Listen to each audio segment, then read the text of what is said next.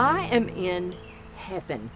Hosta heaven, Fern heaven, Donna Priester heaven. Hello, Donna. I'm so glad you're here with us today for Volunteer Gardener. And this backyard is a masterpiece. Oh, thank you, Tammy. Welcome. So glad to have you here. I want to know how all of this got started because the work in this is huge. Well, this is actually still a work in progress, but we started about 18 years ago. And the centerpiece, of course, to the garden is a huge, magnificent chinkapin oak tree that provides shade to the entire backyard.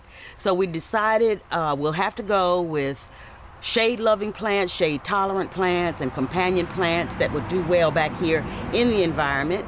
But we had a slopey area toward the rear. And as it would rain sometimes, dirt and erosion would just keep flowing down into the creek. So we decided we wanted to contain that dirt. And so the garden actually began with a rock wall that was built into the side of that slope to provide control for all of that during the heavy rain season. I love it. And the rocks were kind of hard and didn't look so pretty, although I love rocks, as you can see. But we decided to put plants in there to soften it up and to go with the natural setting back here. And hostas, of course, are a plant that thrive and do really well in shade. So that was our plant of choice, to plant between the rocks down there to sort of soften up that rock wall that my husband constructed. And now you've got quite the show. I mean, you've had the fever, Donna. Absolutely. You caught the fever. Absolutely. And not just hostas, but you've got all kinds of shade-loving plants back here that are thriving. Well, you really do, because when you have shade, you're sort of limited in a way as to the flowering capacity of your plants. So what we go for interest and for exquisite beauty, is texture, the variation in color of green. Never would imagine there's so many different varieties and shades of just one single color. Right. Also, we found that ferns, there's a lot of variety in that. And when you really start looking and focusing on how you can change the setting or even the lightness and darkness in a certain area of your garden with just the color of the foliage. Right. We do plant just a few little annuals most of the time, just for a splash of color, because everybody likes brightness. Correct. But the texture and the color of the foliage is what we go for back here in this garden. So let's start with our ferns, because they obviously are thriving well here, and your maidenhair ferns are beautiful. Oh, thank you. Those are actually my favorite. I love the maidenhairs because they're so wispy and light and a lot of movement and motion in the wind. I love those maidenhairs. Had the 5-finger southern maidenhair that I planted first. And I've heard from other people they're not the easiest plant to grow, but we've had great success with those back here. So I have stands of those in various places. And then a couple of years ago, I discovered this plant, which is a southern maidenhair variety, but it's called Himalayan. And it grows close to the ground, and it has done well back here too. Sometimes will even remain evergreen in the winter. Really? When all the other ferns have completely died back. And you've got one other that I truly could not walk past, the ghost fern. Oh my goodness. That is a variety of the Japanese painted fern. And it has a very light, almost frosted look to the leaf, and that's why they call it the ghost fern. It's very pretty, and because of the lightness that is in the frond, it also plays off light. Right. And adds a color variation in the garden. We love those. We have a few varieties of the Japanese painted, and one of them actually is the crested, which tats out at the end of the frond, and that's very interesting and pretty to look at. And for a completely different look, you've got lots of Solomon seal. Lots of Solomon seal. So tell me about how that kind of got started. Well, most people are very familiar with the Solomon seal. That's kind of average height, maybe a 2-foot height, and it's variegated. I love the little teardrop bloom that comes on it in the spring. But what I really like is that it holds its beauty the whole season, even in our southern heat. And then in the fall, you actually get a golden fall color to your leaf.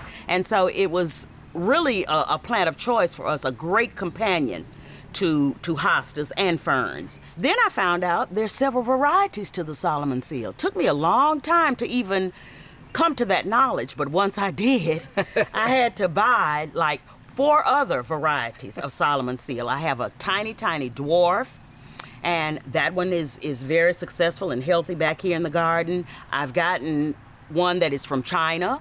Wonderful. They all have a similar bloom pattern in the spring, but the leaves are shaped completely different, and all the other varieties are a solid green color. And none of the rest are variegated. And speaking of spring blooms, your lily of the valley. Oh my goodness, that lily of the valley. All Southern people love that lily of the valley. It's just sweet, isn't it? It really is, but what I love about it is the only plant that I brought from my home in Michigan.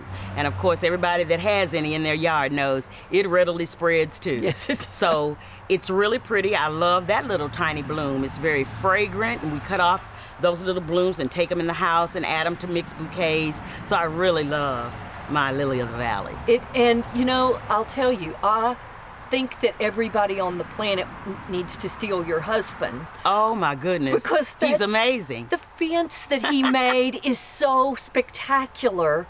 That is just from twigs. It is wonderful. My husband is one of the most creative people that I know. He really is. I know, I believe you. You can just look around this garden, every stone, every paver, every rock you see, he hand put in place. And there's a lot of them.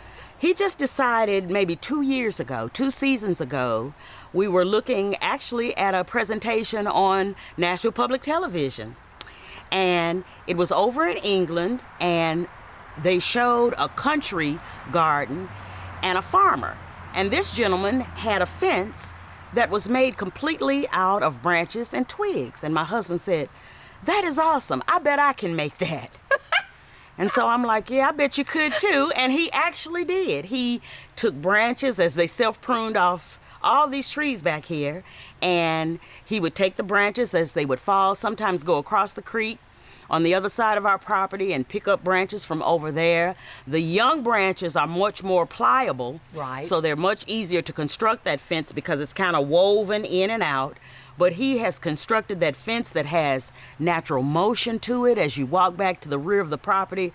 I absolutely love it. And this hosta in this pot, oh my goodness, is spectacular. That is the star of the show. That is a Regal. Regal is a tried and true hosta, kind of an old standard hosta, been around for a long, long time. We planted that Regal in the pot about 5 years ago. And last year, for some reason, it just exploded in size. This year, it's even a little bit bigger than it was last year. And so I think of all my potted varieties, that's my favorite. Well, and one that truly caught my eye was your yellow hosta. That is the Sun Lover. Oh, yeah, that's sun power. And sun power can take more sun than most other hostas. Most of your hostas are referred to as shade-tolerant. They can take a little bit of morning sun, will be fine for most of them, but they don't like to be in our hot afternoon or evening sun. Neither do I. I don't either. That particular hosta is also shade tolerant but can take a little bit more sun. It's a limey green color if it's planted in shade, but if you give it more sun than usual, it just turns this bright lemony yellow.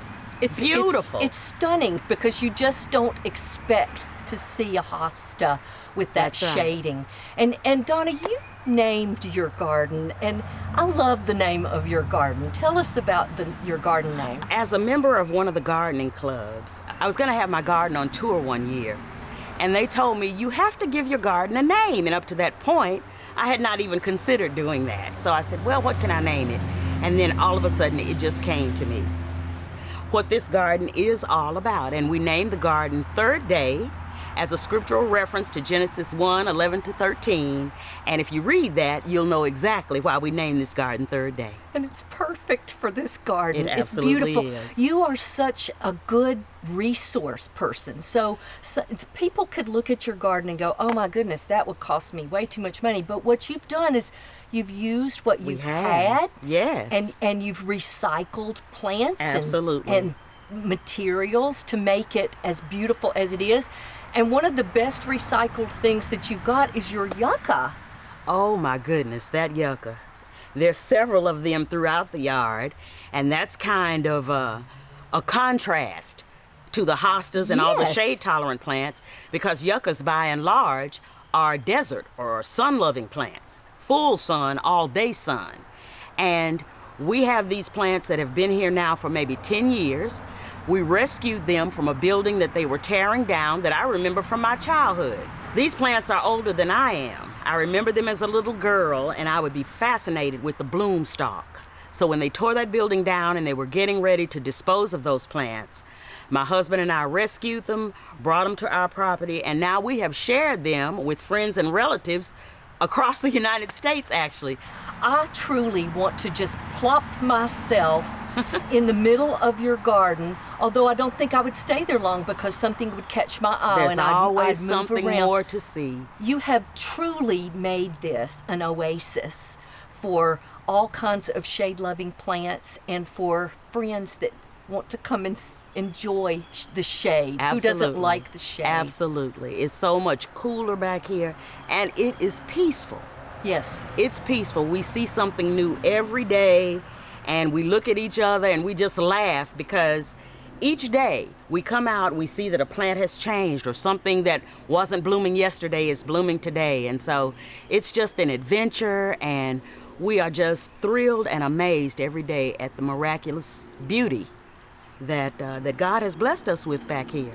And the third day is beautiful. The third day. Donna, thank you for being our guest and for inviting us into this beautiful castle of a garden. Oh, my It goodness. is Thank you. lovely, and we have loved being here with you today. Oh, thank you, Tammy. I enjoyed having you. Come back. I will. All right. For inspiring garden tours, growing tips, and garden projects, visit our website at volunteergardener.org or on YouTube at the Volunteer Gardener channel, and like us on Facebook.